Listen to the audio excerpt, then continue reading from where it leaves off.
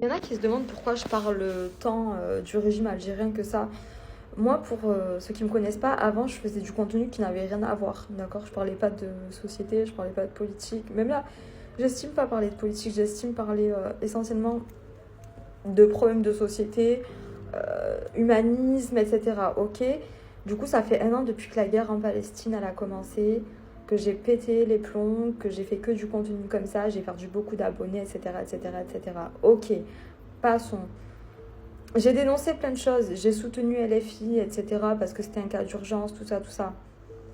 On a dénoncé Netanyahou, on a dénoncé le gouvernement français, j'ai donné la parole au Kanak, j'ai donné la parole à un peu tout ce que j'ai croisé comme problématique depuis 1 an.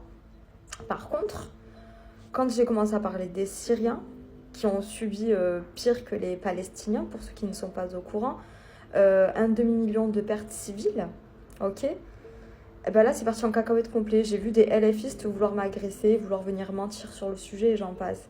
J'ai pas compris pourquoi au début. Mais après, j'ai mené mon enquête.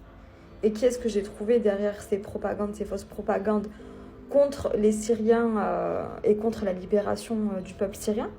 J'ai trouvé LFI, j'ai trouvé les pro-Tebboune et j'en passe. Ok? Donc maintenant, mon nouveau combat, c'est ces gens-là. Voilà. Et en plus, je n'étais pas du tout partie pour parler de politique. Ces prochains temps, j'allais parler de e-business. J'allais parler de tout ça, là.